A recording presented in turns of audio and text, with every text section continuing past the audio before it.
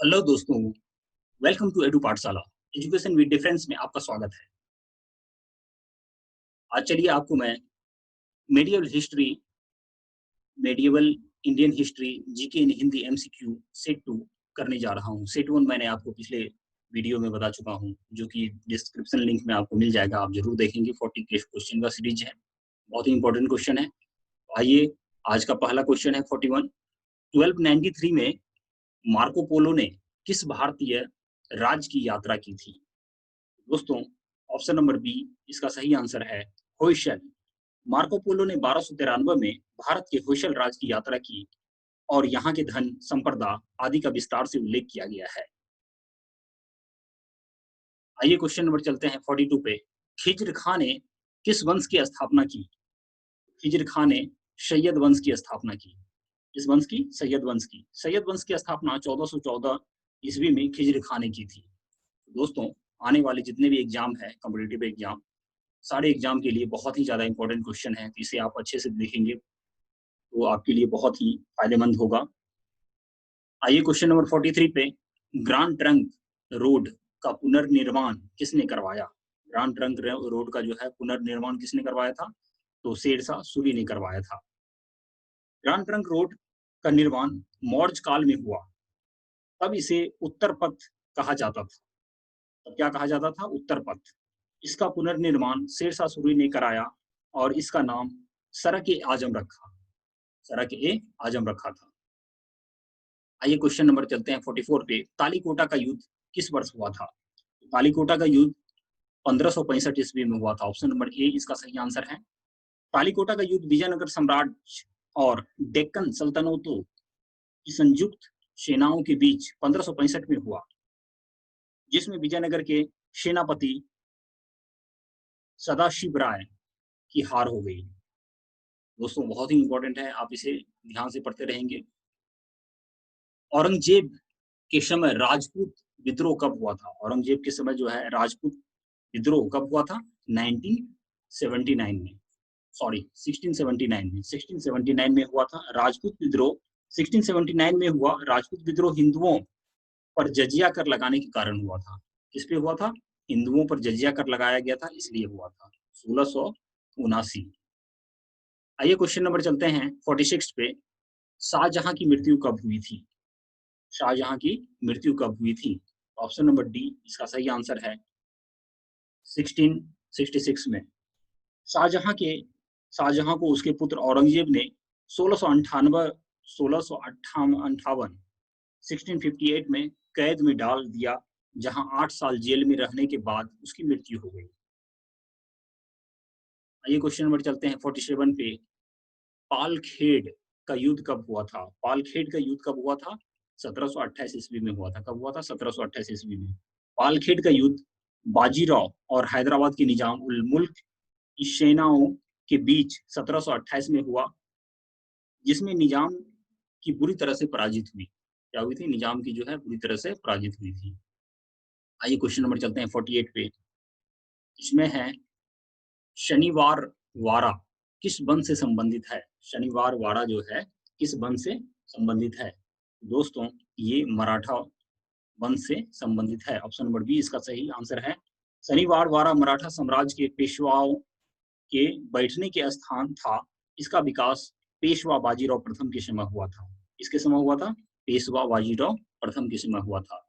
आइए question number चलते हैं 49 पे। इसमें है, जो कौन से मुगल राजा के दरबार में हिंदुओं से ज्यादा मुस्लिम मनसबदार थे? हिंदुओं से ज्यादा जो है मुस्लिम मनसबदार थे। तो दोस्तों, औरंगजेब के टाइम पे, इसके टाइम पे, औरंगजेब के टाइम पे, औरंगजेब के समय हिंदू मनसबदारों की संख्या अधिक थी। हिंदुओं से ज्यादा जो है मुस्लिम सरदार से, तो हिंदुओं की ज्यादा थी। आइए आगे चलते हैं क्वेश्चन नंबर 50 पे। जप्ती प्रथा और दहशाला प्रथा किसने शुरू कराया था? जप्ती प्रथा और दहशाला प्रथा किसने शुरू कराया था? दोस्तों, ये जप्ती और दहशाला जो है ये टोडरमल टोडरमल ने करवाया था। टोडरमल ने। टोडरमल अकबर के नवरत्नों में से एक थे। उनका मुख्य कार्य राज का कार्य देखना था। जब्ती प्रथा और दहशाल प्रथा टोडरमल ने ही शुरू कराया था। जब्ती और दहशाल जो है ये टोडरमल ने शुरू करवाया था। इसने अपने भाई उलुग खां और नुसरत खां को गुजरात आक्रमण के लिए भेजा। इसने अपने भाई उलुग खां और नुसरत खां को गुजरात आक्रमण के लिए भेजा था। दोस्तों, ये अलाउद्दीन खिलजी थे। कौन थे? अलाउद्दीन खिलजी। उलुग खां और नुसरत खां को गुजरात पर आक्रमण करने के लिए अलाउद्दीन खिलजी ने भेजा था। आइए क्वेश्चन नंबर चलते हैं 52 पे। मीनाक्षी मंदिर का निर्माण किस काल में हुआ था? दोस्तों, मीनाक्षी मंदिर का जो निर्माण हुआ था ये पांडे के काल में हुआ था। मीनाक्षी मंदिर का निर्माण पांडे वंश के राजाओं ने कराया था। यह मदुरै में है, जो पांडे वंश की राजधानी थी। ये क्या थी? पांडे वंश की राजधानी थी। आइए क्वेश्चन नंबर चलते हैं 53 पे। चांदी का टंका और तांबे का जीतल किसने चलवाया था? तो दोस्तों, ये आपको पता होगा, इल्तुतमिश ने चलवाया था। कुतुब मीनार को का जो कुतुबुद्दीन ऐबक ने जो कुतुब मीनार को बनाया था, उसका पूरा काम जो करवाया था इल्तुतमिश, उसका दामाद था। चांदी का टंका और तांबे का जीतल इल्तुतमिश ने चलाया था। यह भारत के पहले शुद्ध अरबी सिक्के थे। क्या थे? शुद्ध अरबी सिक्के थे भारत के। आइए क्वेश्चन नंबर चलते हैं 54 पे। तैमूर ने भारत पर आक्रमण किसके समय किया था? तैमूर ने भारत पर आक्रमण जो किया था महमूद शाह तुगलक के टाइम पे, महमूद शाह तुगलक के टाइम पे किया था। तैमूर ने 1398 में भारत पर आक्रमण किया। उस समय दिल्ली का शासक तुगलक वंशी महमूद शाह तुगलक था। तुगलक वंशी महमूद शाह तुगलक था। आइए क्वेश्चन नंबर चलते हैं 55 से। इक्ता प्रथा का अंत किसने किया? इक्ता प्रथा का अंत जो है किसने किया था? तो ये अलाउद्दीन खिलजी ने किया था। किसने किया था? अलाउद्दीन खिलजी ने किया था। इक्ता प्रथा का अंत अलाउद्दीन खिलजी ने किया। इस प्रथा को इल्तुतमिश ने शुरू किया था। किसने शुरू किया था? इल्तुतमिश ने शुरू किया था। इसके अंतर्गत सैनिकों, राज अधिकारियों को वेतन के बदले भूमि दी जाती थी। क्या दी जाती थी? भूमि दी जाती थी। आइए क्वेश्चन नंबर चलते हैं 56 पे। ओशिया का मंदिर ओशिया का मंदिर किसने बनवाया था? तो दोस्तों, ओशिया का मंदिर जो है गुज्जर प्रतिहार ने बनवाया था। किसने बनवाया था? गुज्जर प्रतिहार ने। ओशिया में अनेक प्रसिद्ध मंदिर हैं। इन्हें गुज्जर प्रतिहार वंशी राजाओं ने बनवाया। ये मंदिर नागभट्ट प्रथम, मिहिर भोज, नागभट्ट द्वितीय द्वारा बनाए गए हैं। आइए क्वेश्चन नंबर चलते हैं 57 पे। चंगेज खां का समकालीन कौन थे? दोस्तों, ये बहुत ही इंपॉर्टेंट क्वेश्चन है। चंगेज खां के समकालीन कौन थे? तो इल्तुतमिश थे। इसके समकालीन में इल्तुतमिश थे। चंगेज खां इल्तुतमिश के समय मंगोल राजा था। चंगेज खां के बारे में बताया जाता है कि ये अपने लाइफ में, पूरे जीवन में कभी स्नान नहीं किया था। कभी भी स्नान नहीं किया था। बहुत ही गंदे रहते थे। अब आइए क्वेश्चन नंबर चलते हैं 58 पे। प्राथमिक मध्यकाल के दौरान जेजा जेजाक भुक्ति जेजाक भुक्ति किस जगह को कहा जाता है? प्राथमिक मध्यकाल के दौरान जेजाक भुक्ति किस जगह को कहा जाता है? तो दोस्तों, ये बुंदेलखंड को कहा जाता है। किसको कहा जाता है? बुंदेलखंड को कहा जाता है। आप इन्हें याद रखेंगे। आइए क्वेश्चन चलते हैं नेक्स्ट क्वेश्चन पे। नेक्स्ट क्वेश्चन है जो मुगल काल में न्याय का सर्वोच्च अधिकारी कौन था? मुगल काल में जो है न्याय जो दिलवाता था, उसका सर्वोच्च अधिकारी कौन था? तो दोस्तों, काजी उल कुजात, ऑप्शन नंबर ए इसका सही ऑप्शन है। मुगल काल में न्याय का सर्वोच्च अधिकारी काजिल उल कुजात होता था। काजिल उल कुजात होता था। आइए चलते हैं क्वेश्चन नंबर 60 पे। जहांगीर के दरबार में ब्रिटेन के शासक जेम्स प्रथम का कौन सा राजदूत आया था? कौन सा राजदूत आया था? तो दोस्तों, ये सभी को पता ही होगा। Option number A Thomas Roe. Jahangir के दरबार में थॉमस रो को जेम्स प्रथम ने भेजा था, जो व्यापारिक अनुमति लेने में सफल रहा। क्या रहा? व्यापारिक अनुमति लेने में सफल रहा। आइए चलते हैं क्वेश्चन नंबर 61 पे। मुगल शासक मोहम्मद शाह को किस नाम से जाना जाता था?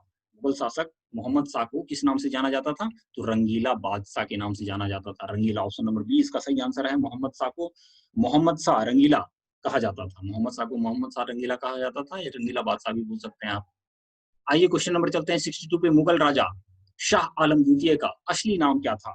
मुगल राजा शाह आलम द्वितीय का जो है असली नाम क्या था? तो दोस्तों, अली गोहर इसका असली नाम था। ऑप्शन नंबर बी इसका राइट आंसर है। मुगल राजा शाह आलम द्वितीय का असली नाम अली गोहर था। आइए क्वेश्चन नंबर चलते हैं 63 पे। 63 पे क्या बोल रहा है ये? मुगल शासक मोहम्मद शाह का असली नाम क्या था? मुगल शासक मोहम्मद शाह का असली नाम क्या था? अभी क्या आया था आपका? मुगल शासक, जो मुगल राजा था शाह आलम का शाह आलम द्वितीय का असली नाम क्या था? तो ये अली गौहर था। अब आ गया क्वेश्चन, मुगल शाह मोहम्मद शाह का असली नाम क्या था? मुगल शाह मोहम्मद शाह का असली नाम क्या था? तो रोशन अख्तर। ऑप्शन नंबर ए सही ऑप्शन है, रोशन अख्तर। मोहम्मद शाह का असली नाम रोशन अख्तर था। आप इसे याद रखेंगे, दोनों क्वेश्चन को, बहुत ही इंपॉर्टेंट है। अलाई दरवाजा को किसने बनवाया था? अलाई दरवाजा को किसने बनवाया था? तो दोस्तों बहुत ही इंपॉर्टेंट क्वेश्चन है। अलाउद्दीन खिलजी जी ने बनवाया था। अलाई दरवाजा का निर्माण अलाउद्दीन खिलजी ने करवाया था। चलिए आइए नेक्स्ट क्वेश्चन पे। बीजापुर सल्तनत की स्थापना किसने की? बीजापुर सल्तनत की स्थापना की थी यूसुफ यूसुफ आदिल शाह ने। यूसुफ आदिल शाह ने बीजापुर सल्तनत की स्थापना यूसुफ आदिल शाह ने की थी। आइए क्वेश्चन नंबर चलते हैं 66 पे। बाबरनामा मूल रूप से किस भाषा में है? बाबरनामा जो है मूल रूप से किस भाषा में है? तो ये चगताई भाषा में है। मूल रूप से किस भाषा में है? चगताई भाषा में है। बाबरनामा की रचना बाबर ने की और यह मूल रूप से चगताई भाषा में थी। इसका अबुल फजल ने फारसी में जो कि बाबरी के नाम से अनुवाद किया था। तो दोस्तों ये भी आपको समझ, बाबरनामा जो है मूल रूप से अगर पूछा जाए तो ये जो है चगताई लैंग्वेज हो जाएगा, है ना। अगर पूछा जाए जो अबुल फजल ने जो लिखा था, है ना, तो जो कि बाबरी के नाम से, वो किस भाषा में था? तो ऑप्शन नंबर ए फारसी हो जाएगा। इसे आप ध्यान से पढ़ेंगे। मंगोलों के सबसे ज्यादा आक्रमण किसके काल में हुआ? मंगोलों की जो है सबसे ज्यादा आक्रमण जो है किसके काल में हुआ था? तो ये अलाउद्दीन खिलजी के काल में हुआ था। अलाउद्दीन खिलजी के काल में होता। मंगोलों के सबसे ज्यादा आक्रमण अलाउद्दीन खिलजी के समय हुआ था। अलाउद्दीन खिलजी ने इस आक्रमणों से निपटने के लिए लौह और रक्त की नीति अपनाई। उसने राज को सुरक्षित रखने के लिए पुराने किलों की मरम्मत कराई और नए किलों का निर्माण कराया। तो बहुत ही इंपॉर्टेंट क्वेश्चन है, आप याद रखेंगे इसको। अब आइए क्वेश्चन नंबर चलते हैं 68 पे। 68 पे कुतुब मीनार का नाम किसके नाम पे रखा गया है? दोस्तों बहुत इजी क्वेश्चन है, ये सभी जानते होंगे, बख्तियार काकी के नाम पे रखा गया है। कुतुब मीनार का नाम जो है बख्तियार काकी के नाम पे रखा गया है। कुतुब मीनार का नाम कुतुबुद्दीन बख्तियार काकी के नाम पर रखा गया है, जो सूफी संत था। कुतुब मीनार को इल्तुतमिश ने पूर्ण करवाया था। किसने करवाया था? इल्तुतमिश ने उसको पूर्ण करवाया था। तो आइए चलते हैं नेक्स्ट क्वेश्चन पे। नेक्स्ट क्वेश्चन क्या कहता है? जो पूरी तरह से अरबी सिक्के भारत में सर्वप्रथम चलाए थे, पूरी तरह से जो है अरबी सिक्के भारत में सर्वप्रथम कौन चलवाए थे? तो ये इल्तुतमिश ने चलवाया था। इल्तुतमिश ने सर्वप्रथम पूरी तरह से अरबी सिक्के चलाए। उसे चांदी का टंका और तांबे का जीतल चलाया था। ये पहले भी आ चुका है क्वेश्चन। ये पूरी तरह से अरबी सिक्के पूरे भारत में किसने चलवाए? इल्तुतमिश ने। अब आइए क्वेश्चन नंबर चलते हैं। कुलीन प्रथा को बंगाल में किसने शुरू किया था? कुलीन प्रथा को जो है बंगाल में किसने शुरू किया था? बल्लाल सेन ने किया था दोस्तों। बल्लाल सेन ने, option number B, Ballal Sen ने बंगाल का एक राजा था जो सेन वंश का एक राजा था। उसने बंगाल में कुलीन प्रथा की को शुरू किया और बढ़वा दिया, और इसको क्या किया? बढ़वा दिया। आइए चलते हैं क्वेश्चन नंबर 71 पे। गुजरात के राजा भीमदेव द्वितीय ने किस आक्रमणकारी को हराया? गुजरात के राजा जो भीमदेव द्वितीय है, किस आक्रमणकारी को हराया? तो ये मोहम्मद गौरी को हराया था। दोस्तों गुजरात के राजा भीमसेन द्वितीय बहुत ही इंपॉर्टेंट है ने अबू पर्वत आबू पर्वत के पास मोहम्मद गौरी को हराया। उसका मार्गदर्शन उसकी मां कायमा देवी ने किया। मोहम्मद गौरी को पकड़ लिया गया किंतु बाद में छोड़ दिया गया। बहुत याद रखिएगा, बहुत ही इंपॉर्टेंट है। राजा का नाम क्या था? राजा भीमदेव द्वितीय नाम था इनका। समझ में आ गया होगा। आइए चलते हैं क्वेश्चन नंबर 72 पे। चड़ियापद की रचना जो है किसने की? चड़ियापद की रचना जो है किसने की थी? तो दोस्तों ऑप्शन नंबर बी, महासिद्ध ने किया था चड़ियापद की रचना। चड़ियापद की रचना 10वीं शताब्दी में हुई। यह एक बौद्ध ग्रंथ है। क्या है? यह एक बौद्ध ग्रंथ है जिसकी रचना महासिद्ध ने की। इसकी रचना पाल वंश के दौरान की गई थी। कब की गई थी? पाल वंश के दौरान की गई थी। आइए क्वेश्चन नंबर चलते हैं 73 पे। सोलंकी वंश की राजधानी कहाँ थी? सोलंकी वंश की राजधानी जो है कहाँ पे थी? दोस्तों ऑप्शन नंबर बी अनहिलवार। कहाँ पे थी? अनहिलवार में थी। तो दोस्तों सोलंकी वंश गुजरात पर राज करने वाला एक प्राचीन वंश था, जहाँ की राजधानी अनहिलवार थी। इस वंश का सर्वाधिक श्रेष्ठ राजा मूलराज था। इस वंश का जो है मूलराज श्रेष्ठ राजा था। आइए क्वेश्चन नंबर चलते हैं 74 पे। आल्हखंड किस युद्ध से संबंधित है? आल्हखंड किस युद्ध से संबंधित है? तो दोस्तों ऑप्शन नंबर ए इसका सही आंसर है, महोबा का युद्ध। महोबा का युद्ध से संबंधित है। आल्हखंड में परदिदेव मतलब परमल, परदिदेव को परमल बोलते थे, कि पृथ्वीराज चौहान से 1182 में हुई युद्ध का वर्णन है। इसकी रचना जगनिक नामक कवि ने की थी। किसने की थी? जगनिक नामक कवि ने की थी। आल्हखंड की जो रचना है इसमें परदिदेव परमल के पृथ्वीराज चौहान से जो युद्ध हुई थी 1182 ईस्वी में, उसके बारे में बताया गया है। इसके रचयिता है जगनिक नामक कवि थे। जगनिक नामक कवि। अब आइए क्वेश्चन नंबर चलते हैं 75 पे।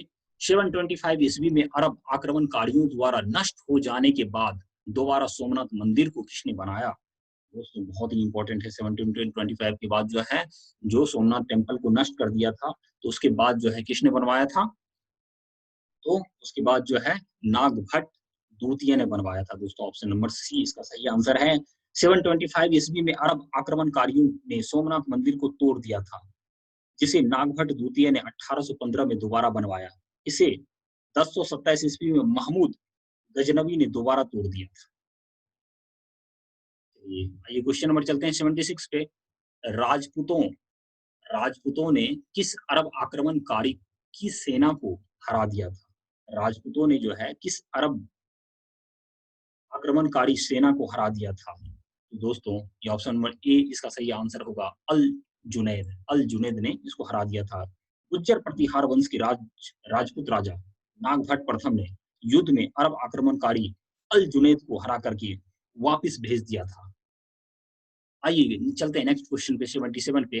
निम्नलिखित राजपूत वंशों में कौन सा अग्निकुल के नहीं है? निम्नलिखित राजवंश जो है इसमें कौन सा जो है अग्निकुल के नहीं है? प्रतिहार, परमार, चौहान और कछवाहा। दोस्तों इसका राइट आंसर है डी कछवाहा। ये अग्निकुल वंश के नहीं थे। ये अग्निकुल जो राजपूत वंश था उसके नहीं थे। अग्निकुल से संबंधित राजपूत वंश थे चौहान, चालुक, परमार और प्रतिहार, है ना।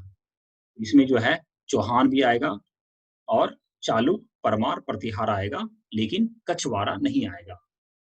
आइए क्वेश्चन नंबर चलते हैं 78 पे।